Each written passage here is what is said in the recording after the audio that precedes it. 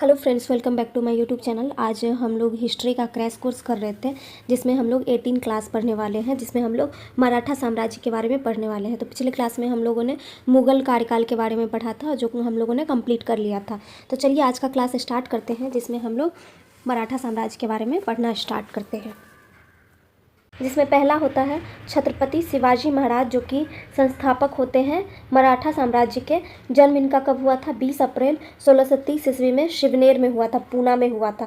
पिता का क्या नाम था? शाहजी भोसले थे, जागीरदार थे, अहमदनगर और बीजापुर के थे। माता का क्या नाम था? जीजाबाई था। गुरु का नाम दादा कोंडदेव था। आध्यात्मिक गुरु कौन थे? रामदास थे। ये रामदास दूसरे हैं, ये हिंदू धर्म के हैं, वो सिख धर्म वाले रामदास गुरु नहीं है। पुत्र का क्या नाम था? संभाजी था, जो कि इसका उत्तराधिकारी बनता है, संभाजी। छापामार गोरिल्ला युद्ध पद्धति पे ये होता था। विवाह शाही बाई से हुआ था 1640 ईस्वी में। छत्रपति शिवाजी का विवाह किससे हुआ था? साई बाई से हुआ था 1640 ईस्वी में। 1644 ईस्वी में सर्वप्रथम बीजापुर के तोरण नामक पहाड़ी किले पर अधिकार कर लिया था। तो छत्रपति शिवाजी जो थे वो बहुत बड़े साम्राज्य से नहीं आते थे, वो पहले एक गरीब परिवार से ही आते थे। फिर उन्होंने बहुत ही मेहनत करके उन्होंने राजगद्दी संभाला और धीरे धीरे छोटा सा एक राज्य बनाया अपना। 1644 ईस्वी में सर्वप्रथम बीजापुर के तोरण नामक पहाड़ी किले पर अधिकार किया था। राजधानी इसने अपना कहाँ पे बनाया था? तो रायगढ़ में बनाया था। इनका जन्म कहाँ पे हुआ था? पूना में हुआ था। और इन्होंने अपनी राजधानी कहाँ बनाई थी? रायगढ़ में बनाई थी 1656 ईस्वी में। 10 नवंबर 1659 ईस्वी में अफजल खां बीजापुर को हत्या कर दिया था। जो कि अफजल खान था, उसकी हत्या कर देता है 10 नवंबर 1669 ईस्वी में। ये कौन था? औरंगजेब का सेनापति था, वो आता है युद्ध के लिए, तो उसकी हत्या कर देता है 10 नवंबर 1669 ईस्वी में, वो हत्या कर देता है। सूरत को लूट लिया था 1664 ईस्वी में और 1670 ईस्वी में। तो औरंगजेब को पता चल जाता है कि छत्रपति शिवाजी नामक कोई आदमी है जो अपना एक राज्य साम्राज्य बना रहा है, इसलिए वो इससे भयभीत होकर के अपना सेनापति भेजता है युद्ध के लिए, ताकि उसको हरा करके उस राज्य को ख़त्म करे। उसको ये भनक लग जाती है कि कोई साम्राज्य पनप रहा है, जो कि छत्रपति शिवाजी नाम के एक आदमी इसको पनपा रहे हैं, इसका निर्माण कर रहे हैं। तो उसने अपने अफजल खान को बीजापुर में भेजता है। तो वहाँ पे छत्रपति शिवाजी से इनकी युद्ध होती है, जिसमें बुरी तरीके से हार जाता है और इसको मार देता है। तो छत्रपति शिवाजी अफजल खां को मार देता है और उसके बाद उसने सूरत को लूट लेता है। छत्रपति शिवाजी 1664 से 1617 ईस्वी में लूटता है। 22 जून 1665 ईस्वी में पुरंदर की संधि करता है, जो कि जय सिंह के साथ करता है। जय सिंह कौन होता है? जय सिंह भी औरंगजेब का सेनापति होता है। तो उसमें कुछ शर्तें होती हैं। शर्त क्या है? शिवाजी को 35 में से 23 किले मुगलों को लौटाने पड़ते। उसमें 35 किले उसने अपने अंडर किया था, जो कि उसमें से 23 किले मुगल को लौटाने होंगे। मुगलों की तरफ से युद्ध एवं सेवा करना पड़ेगा। मुगलों की तरफ से युद्ध एवं सेवा करना पड़ेगा। तो छत्रपति शिवाजी को मुगलों की तरफ से ही युद्ध करना पड़ेगा और सेवा करना पड़ेगा। शिवाजी के पुत्र संभाजी को मुगल दरबार में रहना पड़ेगा। तो शिवाजी के पुत्र जो संभाजी थे, उसको मुगल दरबार में ही रहना पड़ेगा। मई 1666 ईस्वी में औरंगजेब ने शिवाजी को जयपुरी महल में कैद कर लिया। तो ये सारे शर्त इन्होंने मान लिए, छत्रपति शिवाजी ने, ये तीनों शर्त। उसके अनुसार शिवाजी का जो पुत्र था संभाजी, उसको मुगल दरबार में भेज दिया गया। लेकिन मुगल दरबार में औरंगजेब उसको कैद बना देता है, कैदी बना देता है। और मई 1666 ईस्वी में उसने फिर से वो जाल बिछाते बिछाते उसने फिर से औरंगजेब ने शिवाजी को भी जयपुरी महल में कैद बना लिया। अगस्त 1666 ईस्वी में शिवाजी कैद से भाग निकले। तो इसके जो सेनापति थे, जो जेल के, तो उसमें जेलर जो थे वो उसकी मदद करता है, किसकी? शिवाजी की, और शिवाजी को कैद से निकाल देता है। तो शिवाजी कैद से भाग जाते हैं 1666 ईस्वी में, और फिर से वो अपने राज्य में आ करके अपने राज्य में राजगद्दी पर बैठ जाता है। 1672 ईस्वी में शिवाजी ने पन्हाला दुर्ग को बीजापुर से छीन लिया था। 5 जून 1674 ईस्वी में इसने अपना राज्याभिषेक कर लिया, जो कि श्री गंगाभट्ट काशी द्वारा उपाधि लिया था। राजा औरंगजेब, यहाँ का राजा कौन था? पहले औरंगजेब था। अष्टप्रधान मंत्रिमंडल की स्थापना करता है। 1677 से 78 में कर्नाटक अभियान चलाता है, जिसमें जीवन का अंतिम अभियान था। तो शिवाजी, छत्रपति शिवाजी जो थे, इनके जीवन का अंतिम अभियान कौन सा था? जो कि 1677 से 1678 का था, कर्नाटक अभियान। इसके बाद इनकी मृत्यु हो जाती है। मृत्यु कब होती है? 3 अप्रैल 1680 में हो जाती है। 53 वर्ष की आयु में इनकी मृत्यु हो जाती है। सेना इनके कौन कौन थे? पागा सेना था, नियमित घुड़सवार सैनिक था वो, सिलहदार सेना था, अस्थायी घुड़सवार सैनिक था, और पैदल सेना। शिवाजी की 2 पत्नियां थी, जो कि कौन कौन थी? साईबाई थी और सोयराबाई थी। साईबाई का जो बेटा था वो कौन था? संभाजी था। संभाजी वही था जो कि जय सिंह जो था उसके साथ पुरंदर की जो संधि हुई थी, तो उस संधि के अनुसार इसको औरंगजेब के दरबार में रहना पड़ा था, जो कि उसके दरबार में इसको बंदी बना करके रख दिया था। तो इसलिए संभाजी तो उधर चले गए थे, और उसका दूसरा जो बेटा था जो कि सोयराबाई का बेटा था, जो कि राजा राम था। इसकी उम्र बहुत कम थी, और इसकी माता का क्या नाम था? ताराबाई। इसकी पत्नी का क्या नाम था? ताराबाई था। तो इसको राजगद्दी पर बिठा दिया जाता है क्योंकि शिवाजी की मृत्यु हो जाती है। और संभाजी का जो बेटा था वो कौन था? साहू जी। और राजा राम का जो बेटा था वो कौन था? शिवाजी द्वितीय था। तो राजा राम जो था वो योग्य नहीं था, एक तो वो बच्चा था, उसका उम्र ज़्यादा नहीं था, समझदारी उसकी उतनी नहीं थी। वो राजगद्दी पर बैठा था, लेकिन उसकी पत्नी जो थी ताराबाई, वो इसकी संरक्षिका थी। कौन थी संरक्षिका? इसकी पत्नी ताराबाई थी। तो थोड़े दिनों के लिए ये बैठता है, लेकिन उसके बाद संभाजी औरंगजेब के कैद से छूट करके आ जाता है, तो फिर ये राजगद्दी पर बैठ जाता है। कौन बैठ जाता है? संभाजी। तो छत्रपति शिवाजी के बाद राजगद्दी पर कौन बैठता है? संभाजी बैठता है। राजा राम बैठता है, लेकिन बहुत कम दिनों के लिए बैठता है। तो संभाजी ही इसके राज्य को आगे बढ़ाता है, साम्राज्य को आगे बढ़ाता है। और संभाजी का फिर बेटा कौन होता है? साहू जी होता है, जो कि अपने अंडर इसको पेशवा। साहू जी भी था, वो भी अच्छा था, वो अच्छे से राज्य पाट चलाता था और अपने राज्य के लोगों का अच्छे से ख्याल रखता था। इसका जो पेशवा था, पेशवा मतलब सेनापति, तो वो बालाजी विश्वनाथ था।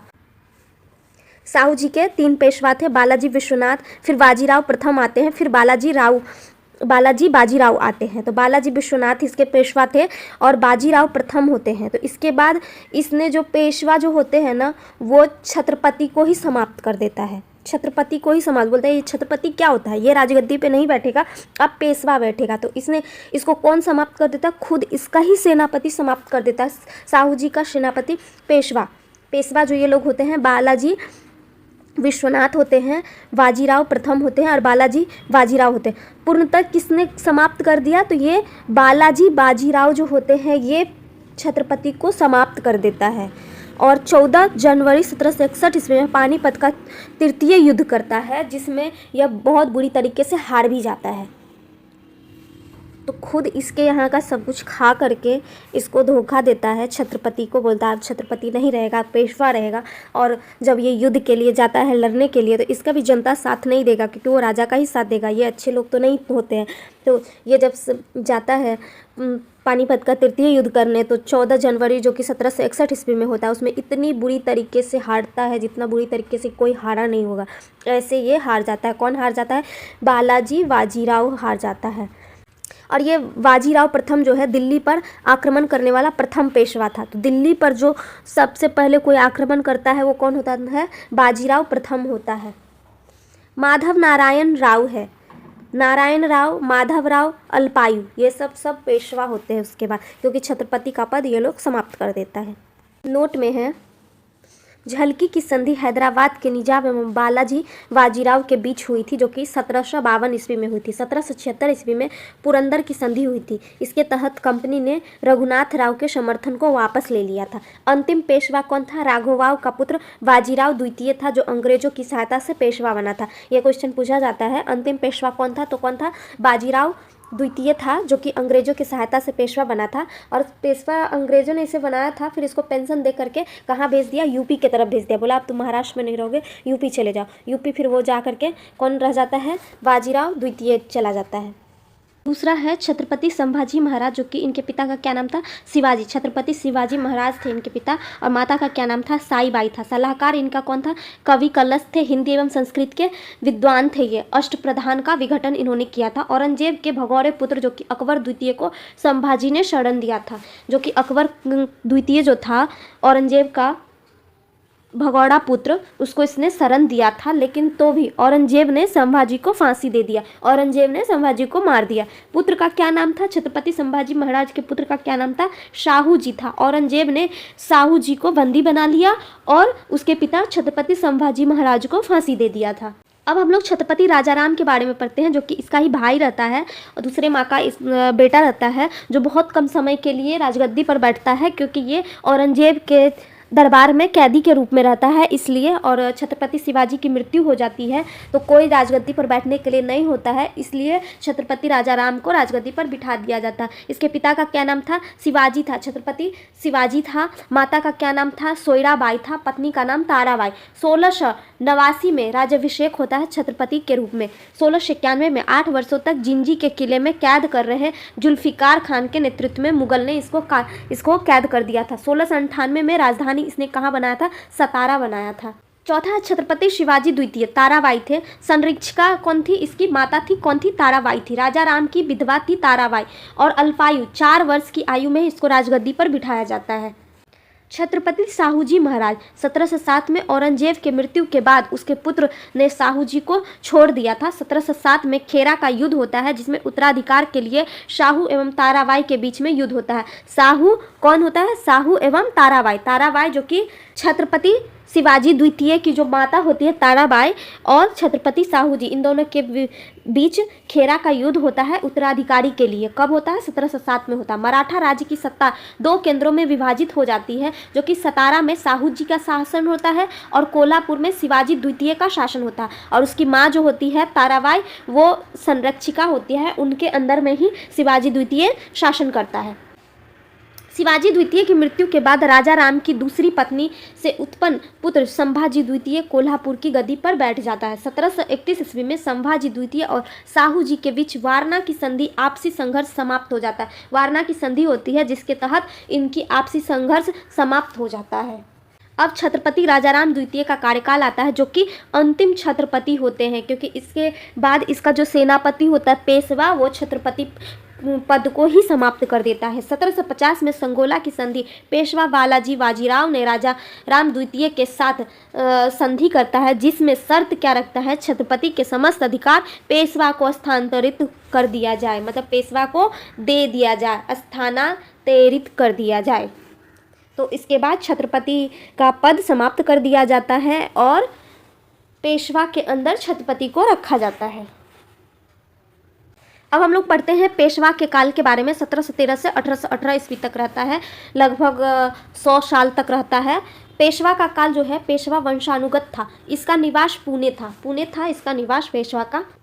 बालाजी विश्वनाथ 1713 से 20 तक रहता है। जन्म कहाँ पे हुआ था? कोंकण के एक ब्राह्मण परिवार में हुआ था। 1713 में पेशवा को पदवी दिया और 1717 में साहू जी ने इन्हें अपना प्रतिनिधि बनाकर शासक फर्रुखसियर के दरबार में भेजा था। फर्रुखसियर ने छत्रपति के पद को मान्यता दे दिया। तो 1717 ईस्वी में साहू जी ने इन्हें अपना प्रतिनिधि बना करके फर्रुखसियर के दरबार में भेजा और फर्रुखसियर ने छत्रपति के पद को मान्यता दे दिया। और मराठों का मैग्ना कार्टा रिचर्ड टेम्पल ने कहा था। तो मराठों का मैग्ना कार्टा फर्रुखसियर को किसने कहा था? रिचर्ड टेम्पल ने कहा था। बाजीराव 1720 से 40 तक कार्यकाल रहा। इनके पिता का नाम क्या था? बालाजी विश्वनाथ था। इन्हें लड़ाकू पेशवा कहा जाता है। बाजीराव को लड़ाकू पेशवा कहा जाता है। इसने ही सबसे पहले दिल्ली पर आक्रमण किया था। शिवाजी के बाद गुरिल्ला युद्ध पद्धति का सर्वाधिक प्रयोग किया था इसने। 1728 में बाजीराव प्रथम ने हैदराबाद के शासक निजाम उल मुल्क को हराकर उनसे मुंशी शिवगांव की संधि कर लिया था। बाजीराव प्रथम ने छत्रपति साहू से कहे कि आओ इस पुराने वृक्ष के जड़ों पर वार करें, शाखाएं तो स्वयं गिर पड़ेंगे। तो बाजीराव प्रथम ने छत्रपति से कहा कि आओ इस पुराने जो वृक्ष है उसके जड़ पे जो वार करेंगे तो इसकी शाखाएं तो खुद ही गिर जाएंगी। और इस पर साहू ने प्रतिक्रिया दी। उसने कहा कि आप निसंदेह ही एक योग्य पिता के एक योग्य पुत्र है। आपके प्रयासों से मराठा पताका कटक से अटक कर लहरा कर जाएंगे। इसके बाद बालाजी बाजीराव का कार्यकाल आता है, जो कि 1740 से 1761 तक कार्यकाल रहता है। बालाजी बाजीराव का नाना साहब के नाम से भी जाना जाता है। इसके समय में मराठा साम्राज्य का सर्वाधिक विकास हुआ था। सबसे ज़्यादा मराठा साम्राज्य का विकास किसके समय में हुआ था? बालाजी बाजीराव का हुआ था और इसी का नाम क्या है, नाना साहब है। मराठों का दूसरा संस्थापक इसे कहा जाता है नाना साहब को, वालाजी बाजीराव को। 1750 में वालाजी बाजीराव ने मराठा शासक राजा राम द्वितीय से संगोली समझौता करके राज्य के संपूर्ण अधिकार अपने हाथों में ले लिया। छत्रपति पेशवा के अधीन हो गया। तो छत्रपति अब पेशवा के अधीन हो गया था, किसके कार्यकाल में, वालाजी बाजीराव के कार्यकाल में। 1752 में झलकी की संधि के द्वारा हैदराबाद ने निजाम ने मराठों की अधीनता स्वीकार कर लिया था। 1752 में झलकी की संधि हुई थी, उसके द्वारा हैदराबाद के निजाम ने मराठों की अधीनता स्वीकार कर ली थी। पानीपत का तृतीय युद्ध 14 जनवरी 1761 ईस्वी में हुआ था। अहमद शाह अब्दाली ने किया था, अफगानी विजय रहा। इसमें अहमद शाह अब्दाली विजयी रहा और पेशवा जो थे वो बुरी तरीके से हार जाता है। कौन हार जाता है, बालाजी बाजीराव हार जाता है। उसका नेतृत्व बालाजी बाजीराव की तरफ से युद्ध का नेतृत्व कौन कर रहा होता है, सदाशिवराव भाऊ और विश्वासराव भाऊ कर रहा है, जो कि दोनों लड़ते लड़ते युद्ध में मर जाते हैं। मराठों की पराजय की खबर सुनकर पेशवा बालाजी बाजीराव की मृत्यु हो जाती है। तो मराठों की जो पराजय होती है, इसका खबर सुनकर के उसका जो राजा होता है बाजीराव, वो स्वयं ही उसकी मृत्यु हो जाती है। इतिहासकार सिडनी ओपन ने कहा है कि पानीपत का तृतीय युद्ध यह सिद्ध नहीं कर सका कि भारत में किसका शासन होगा, लेकिन यह जरूर सिद्ध कर दिया कि भारत में किसका शासन नहीं होगा। तो इतिहासकार जो सिडनी ओपन है, उन्होंने कहा कि पानीपत का युद्ध जो है, पानीपत का तृतीय युद्ध यह सिद्ध नहीं कर पाया कि भारत में किसका शासन हो सकता है, लेकिन इसने यह जरूर सिद्ध कर दिया कि भारत में किसका शासन नहीं हो सकता है। मतलब पेशवा कभी भी भारत में शासन नहीं कर सकता है, क्योंकि वो खुद छत्रपति को छीन करके उसने पेशवा उसको बनाया था, तो वो कैसे ही भारत पर शासन कर पाएगा। अब हम लोग माधव नारायण राव के बारे में पढ़ते हैं, जिसका कार्यकाल 1761 से 72 तक रहा। इसके समय मराठा साम्राज्य की खोई हुई शक्तियाँ दोबारा मिलने लगी। इसने मुगल शासक शाह आलम द्वितीय को दोबारा गद्दी पर बैठा दिया, और जो कि अहमद शाह अब्दाली के डर से दिल्ली छोड़कर के भाग गया था। नारायण राव 1772 से 73 तक कार्यकाल रहा। हत्या इसका रघुनाथ राव ने किया था, जो कि इसका ही चाचा था। माधव राव द्वितीय 1773 से 95 तक कार्यकाल रहा। यह अल्पायु था। इसे सहायता देने के लिए बारभाई परिषद का गठन किया गया था। यह परिषद 12 मंत्रियों का एक समूह था। इसमें सबसे प्रमुख नाना फडणवीस और महादजी सिंधिया थे। मराठों की मैकियावेली इसे कहते हैं। तो किसे कहते हैं, नाना फडणवीस को मराठों का मैकियावेली कहते हैं। अब हम लोग सूरत की संधि के बारे में पढ़ते हैं। 1775 में हुई थी। पेशवा पद प्राप्त करने में असफल सिद्ध होने पर रघुनाथ राव ने अंग्रेजों से संधि कर लिया। तो 1775 ईस्वी में पेशवा पद जो प्राप्त करने में असफल हुआ, तो उसके कारण उसने रघुनाथ राव ने अंग्रेजों की संधि स्वीकार कर ली। रघुनाथ राव ने सालसेट एवं बेसिन के क्षेत्र में अंग्रेजों को सौंप दिया। बदले में अंग्रेजों ने रघुनाथ राव को 25,000 सैनिकों की टुकड़ी सौंपी थी। प्रथम आंग्ल मराठा युद्ध 1775 से 82 तक चला था। 1782 में यह युद्ध महादजी सिंधिया की अध्यक्षता में शालाबाई की संधि के तहत समाप्त हो गई। तो 1782 में शालाबाई की संधि हुई थी, उसके तहत ये युद्ध समाप्त हो गया। शालाबाई की संधि 1782 में, इसके तहत अंग्रेजों ने बारभाई परिषद को मान्यता दिया। अंग्रेजों ने माधव नारायण राव को पेशवा स्वीकार कर लिया। सालसेट एवं एलिफेंटा द्वीप अंग्रेजों को दे दिया। सालसेट और जो एलिफेंटा द्वीप है, ये दोनों अंग्रेजों को दे दिया। शालाबाई की संधि के अनुसार पेशवा द्वारा रघुनाथ राव को पेंशन मिलने लगा। तो रघुनाथ राव को अब पेंशन मिलने लगा पेशवा के द्वारा। बाजीराव द्वितीय 1795 से 1818 तक कार्यकाल रहा। यह अंतिम पेशवा था। अंतिम पेशवा कौन था, बाजीराव द्वितीय था। इसके समय द्वितीय आंग्ल मराठा युद्ध हुआ था। द्वितीय आंग्ल मराठा किसके समय में हुआ था, बाजीराव द्वितीय के समय में हुआ था। इसने अंग्रेजों की अधीनता पूर्णतः स्वीकार कर ली थी। द्वितीय आंग्ल मराठा युद्ध जो हुआ था 1803 से 6 ईस्वी तक हुआ था। 1802 में यह युद्ध बशीन की संधि के तहत समाप्त हो गया। बेसिन की जो संधि हुई थी, बेसिन की संधि, पेशवा बाजीराव द्वितीय ने अंग्रेजों की अधीनता स्वीकार कर ली। सूरत कंपनी को दे दिया। सूरत जो है वो कंपनी को दे दिया था, अंग्रेजी कंपनी को दे दिया था। पेशवा ने अपने विदेशी मामले भी कंपनी को दे दिया। अंग्रेजी कंपनियों को अपने सारे विदेशी मामले भी दे दिए। नोट में है, इस संधि को भोसले, होलकर एवं सिंधिया ने स्वीकार नहीं किया और यह तृतीय आंग्ल मराठा जो हुआ था उसका कारण बन गया था। क्या कारण हो गया था, भोसले, होलकर और सिंधिया, इन तीनों ने इस संधि को स्वीकार नहीं किया, इसलिए तृतीय आंग्ल मराठा हुआ। तृतीय आंग्ल मराठा कब हुआ था? मराठा युद्ध कब हुआ था? 1817 से 18 तक हुआ था, जिसमें तृतीय आंग्ल मराठा युद्ध में पुणे की संधि के तहत समाप्त हो गया। उसमें पुणे की संधि की गई, उसके तहत तृतीय आंग्ल मराठा समाप्त हो गई। तो पुणे की संधि कब हुई थी? 1817 में हुआ था। इस संधि में क्या क्या हुआ था? इस संधि के तहत पेशवा बाजीराव द्वितीय को अंग्रेजों ने पेंशन भोगी बना दिया और उसे कानपुर बिठौर भेज दिया। तो पुणे की जो संधि हुई थी उसके तहत ही पेशवा बाजीराव द्वितीय, जो कि अंतिम पेशवा था, उसको पेंशन भोगी बना दिया। और पेंशन भोगी किसी को भी अंग्रेज बनाता था तो बहुत दूर के क्षेत्र में भेज देता था। तो ऐसे ही इसको भी कानपुर भेज दिया, महाराष्ट्र छोड़ करके इसको कानपुर भगा दिया, कानपुर के बिठौर भेज दिया। इसके दत्तक पुत्र नाना साहब थे, लॉर्ड डलहौजी ने इसका पेंशन बंद कर दिया। इसका जो दत्तक पुत्र था नाना साहब, इसका पेंशन बंद कर दिया लॉर्ड डलहौजी ने। लॉर्ड डलहौजी ने इसका पेंशन बंद कर दिया और इसी के कारण नाना साहब ने 1857 ईस्वी की जो क्रांति हुई थी उसमें भाग लिया था। तो इसमें 4 संधि हुए थे। चारों संधि का नेतृत्व कौन कौन कर रहे थे? पूना की संधि पेशवा किया था, नागपुर की संधि भोसले किया था, मंदसौर की संधि होलकर ने किया था, ग्वालियर की संधि सिंधिया ने किया था। अब हम लोग पिंडारी के बारे में पढ़ते हैं। पिंडारी क्या होता है? तो पिंडारी पेशवा का ही टुकड़ा था जिसको पिंडारी कहते थे। यह हिंदू मुस्लिम का संयुक्त संगठन था। इसमें सांप्रदायिक एकता थी। इनकी जागीरें मालवा एवं ग्वालियर में थी। इनके प्रमुख नेता कौन थे? वालिस मोहम्मद, करीम खान और चीतू थे।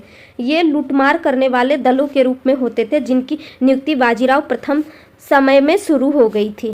लॉर्ड हेस्टिंग्स ने पिंडारियों का दमन कर दिया था। नोट में है, मेलकम ग्रे नामक इतिहासकार ने पिंडारियों को मराठों का कुत्ता कहा था।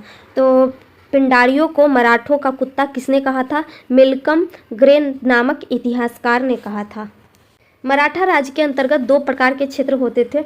स्वराज, जो क्षेत्र प्रत्यक्षतः मराठों के नियंत्रण में थे उन्हें स्वराज क्षेत्र कहते थे। और मुगतई मुल्क एक कदीम जो होते थे ये वह क्षेत्र होते थे जिसमें वो चौथ सुरदेशमुखी वसूल करते थे। मतलब इसमें प्रत्यक्ष नियंत्रण ये लोग नहीं रखते थे। नोट में है, चौथ एवं सुरदेशमुखी स्वराज से नहीं लिए जाते थे बल्कि जगहों से लिए जाते थे जहां मुगल या दक्कनी राजाओं का शक था। चौथ भू राजस्व का 1/4 था जो मराठों के उस पर आक्रमण नहीं करने के लिए दिया जाता था। सुरदेशमुख 10% का अतिरिक्त अधिभार था जो उस क्षेत्र से लिया जाता था जो मुगलों के अधीन था, पर मराठा उस पर दावा करते थे। तो चौथ एवं सुरदेशमुखी ये एक टैक्स था, टैक्स का प्रकार होता है जो कि वो टैक्स लेता था, भू राजस्व वो ज़मीनों पर लेता था और उस पर कोई भी आक्रमण नहीं करेगा, इसके लिए वो भू राजस्व का एक टैक्स लेता था जो कि उसका 1/4 भाग होता था। सुरदेशमुख 10% का अतिरिक्त अधिभार था जो उस क्षेत्र से लिया जाता था जो मुगलों के अधीन था, पर मराठा उस पर दावा करता था, मराठा उस पर राज करता था। और इसके कारण ही जब तृतीय युद्ध होता है पानीपत का तो उसमें इसका कोई मदद नहीं करता है। सरंजामी प्रथा का संबंध मराठा भू राजस्व व्यवस्था से है। तो सरंजामी प्रथा जो है उसका संबंध मराठा भू राजस्व व्यवस्था से है। अब हम लोग अष्टप्रधान के बारे में पढ़ते हैं। अष्टप्रधान जो 8 मंत्री थे इसके राज दरबार में उसे ही अष्टप्रधान कहते हैं। पेशवा प्रधानमंत्री राज्य का प्रशासन एवं अर्थव्यवस्था की देखरेख करता था। पेशवा सड़ी ए नौबत सेनापति था जो सैन्य प्रधान था। अमात्य जो था राजस्व मंत्री था, आय व्यय का लेखा जोखा करता था। वाक्यावनिष्ठ था जो सूचना गुप्तचर एवं संधि विग्रह के विभाग का अध्यक्ष करता था। चिटनीस जो था राजकीय पत्रों को पढ़कर उसकी भाषा शैली को देखता था। सुमन था विदेश मंत्री। पंडित राव जो था धार्मिक कार्यों के लिए तिथि का निर्धारण करता था और न्यायाधीश जो था न्याय विभाग का प्रधान होता था। तो अब हम लोग मराठे के बारे में सारा टॉपिक्स हम लोगों का कंप्लीट हो गया है, ये चैप्टर कंप्लीट होता है और हम लोग का जो मध्यकालीन इतिहास होता है ये भी समाप्त होता है। तो हम लोगों ने अभी तक प्राचीन भारत और मध्यकालीन भारत ये दोनों हम लोगों ने अच्छे तरीके से पढ़ लिए हैं। तो अब हम लोग आधुनिक भारत के बारे में पढ़ना स्टार्ट करेंगे। तो चलिए आज का क्लास यहीं समाप्त करते हैं। अगर अच्छा लगा हो तो वीडियो को लाइक करें, चैनल को सब्सक्राइब करें और बेल आइकन दबाना न भूलें। मिलते हैं अगले वीडियो में, तब तक के लिए थैंक यू।